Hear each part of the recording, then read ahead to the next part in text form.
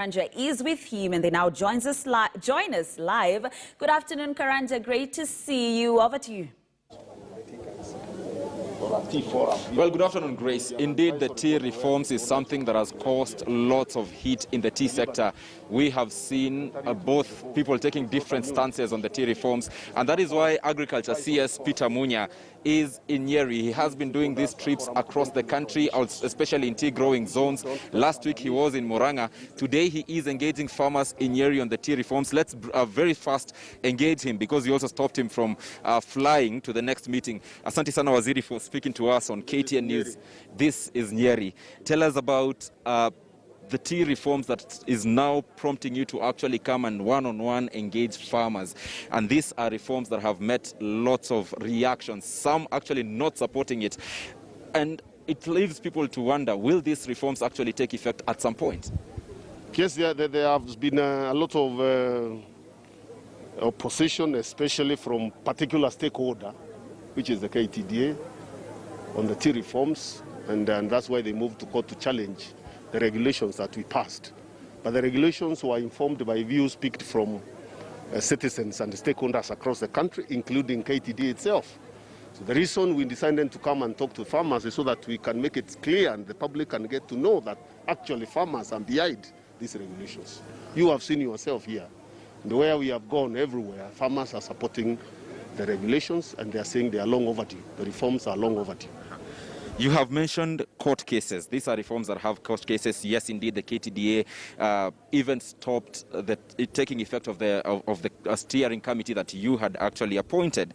What is the way forward? I remember in Murang'a you said, and you actually called out the courts, saying that they were stopping government processes. Yes, the courts have become a big hindrance to the economic transformation of our country by stopping fundamental actions that government is trying to take in its policy space to help change the lives of the people.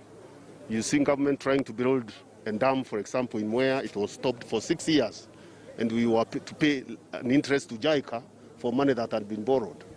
You can see every action government tries to take to solve problems, courts stop it. So courts are very intrusive, our courts.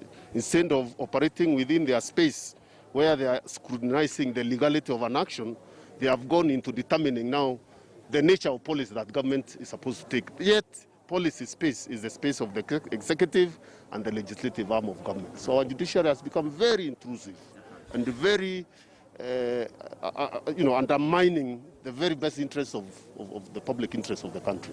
Because when I studied law, I was told it is very important for courts also to look at the national interests. What is in the best interest of the public? But seldom do they do that, and we know even those vested interests find their way there. Sometimes they clothe it in legal terms, but a lot of times they are trying to serve the interests of those vested interests that do not want reforms.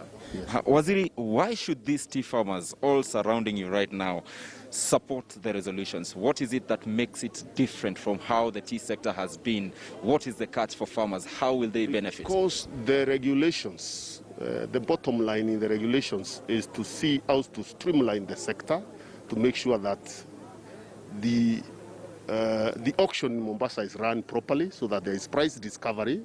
That's why we have recommended that all tea be sold at the auction.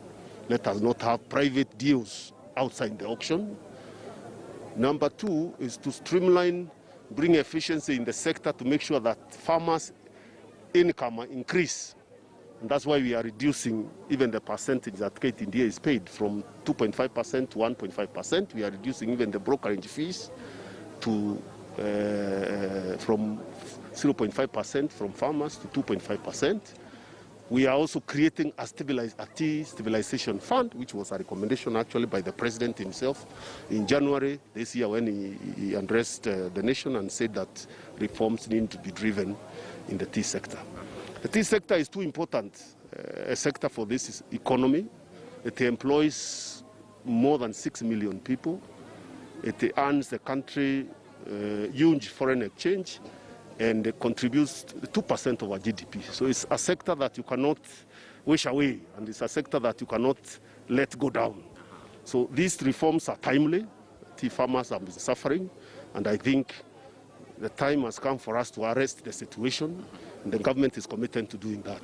Thank you. I know, Waziri, we shall also still engage in the next point that you are going. But maybe in less than 30 seconds, I have heard you have some very interesting comments on the revenue relocation formula from the Senate yesterday, and especially for the region, 1 man, 1 shilling, 1 vote. In 30 seconds, please.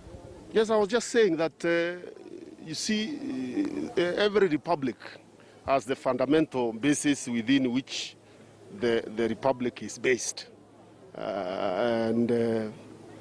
We think that for Kenya, that fundamental issue of how we share our national resources is what will keep us together. And the sharing must be equitable, so that we entrench the point that every citizen is equal. One citizen cannot be earning more than the other. Therefore, the point of one man, 1 shilling becomes fundamental in the event that we go into the BBI. Thank you. Thank you. Thank you so much, Waziri. It mirrors actually the policy we are also pushing in tea, where we are saying 1 grower, 1 vote. Thank you. Thank you. That is Agriculture CS, the Honorable Peter Munya. Speaking about the tea reforms, remember the tea sector is a sector that he says has employs over 600,000 people. These are families depending on the tea sector.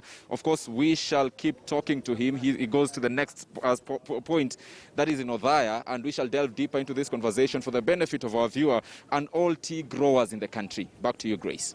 Indeed, Karanja, thank you so much for that on discussion on proposed reforms in the